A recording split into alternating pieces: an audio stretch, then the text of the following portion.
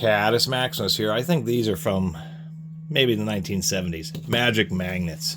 Actually an American-made product. Printed in USA. Hailing out of Los Angeles. They're actually over at 3925 South Vermont Street in LA. I don't know. I didn't bother to look up if they're still around, but this is a kind of a hilarious product. 80 times their own weight. 1 million uses. This is like a little countertop thing, but what I thought was interesting is in this era of the kind of information and literature that products come with, this one's a little bit hilarious just because it has just all these different doctors and dentists use them to pick up small burrs, clings things to typewriters. It's just like,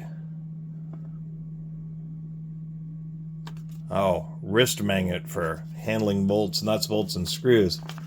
So it's just hilarious that they have this little manual here with just all these little ideas on to use their product. And to tell you the truth, I suspect these are the beginnings or early rare earth magnets, some type of ceramic magnet, just because they are small and they have this weird patterned kind of sintered texture, and they do appear to be chrome plated, just like what modern N50 or N55, which would be the N is the designation of strength.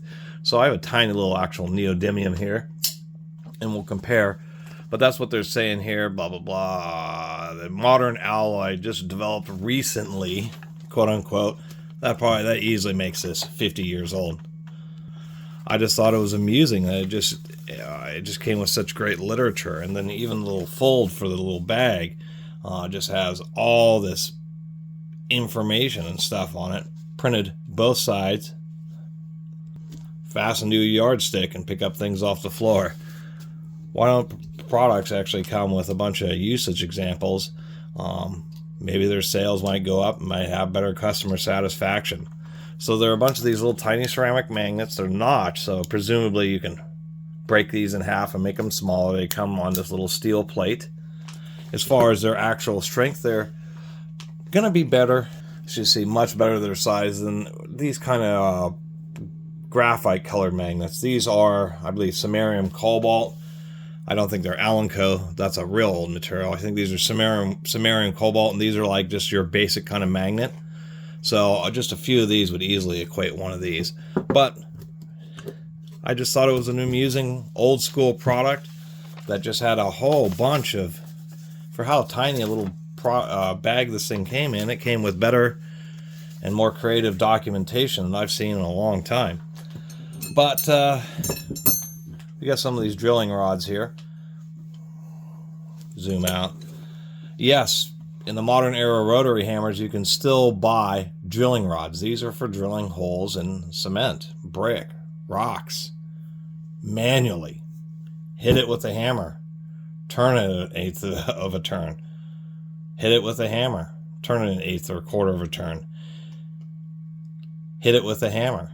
Hit it with a hammer and turn, and manually drill holes. They still sell these things. Those are some Dascos right there.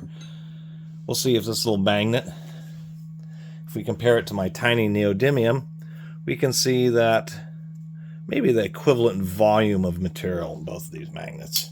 But we'll see if this can pick up the 1/4 inch. Can it pick up the 1/2 inch? Yeah, it can. Just barely.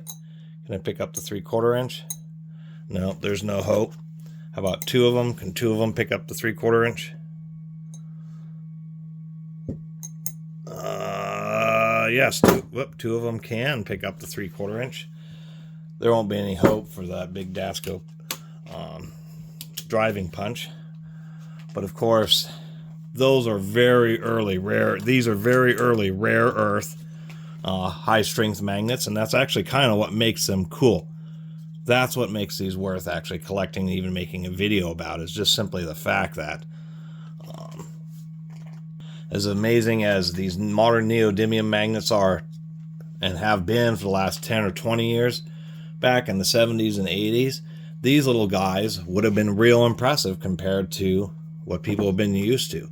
And that's kind of cool. Some of the very first retail products involving high-strength magnets. Of course, modern neodymium is just no problem. I mean, I can pick that up and drop it and dent things with it. But we can do it like this, and I mean, I can actually I can use that, but I can use a magnet to actually hold both of these things together, kind of like an awkward dumbbell. Well, maybe not like that. Let me get this thin one through here. There we go. So now I'm using that one magnet to pick up the two heavy ones. It's just amazing how much strength can be in one of these little guys. So these aren't quite that strong, but you know, these in the same size footprint, which would be about 6 of them, like this, would easily be several times the strength of this big old thick boxy magnet and still being much thinner. And that's 50 years ago. It's just people weren't, you know, very well aware of changing times and technologies, like the beginning of sintered ceramic rare earth magnets.